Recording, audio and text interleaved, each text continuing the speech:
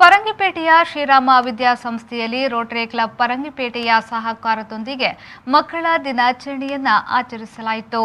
ಕಾರ್ಯಕ್ರಮದಲ್ಲಿ Rotary club ಪರಂಗಿಪೇಟೆಯ ಅಧ್ಯಕ್ಷ ಸುರೇಂದ್ರ ಕಂಬಳಿ ಅಡ್ಯಾರಗುತ್ತು ಶುಭ ಹಾರೈಸಿದರು.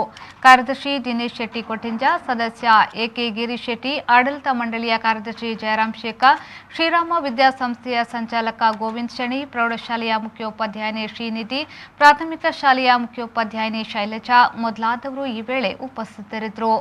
ಸಭಾ ಕಾರ್ಯಕ್ರಮದ ಬಳಿಕ ಮಕ್ಕಳಿಂದ ಸಾಂಸ್ಕೃತಿಕ ಕಾರ್ಯಕ್ರಮ ನಡೆಯಿತು.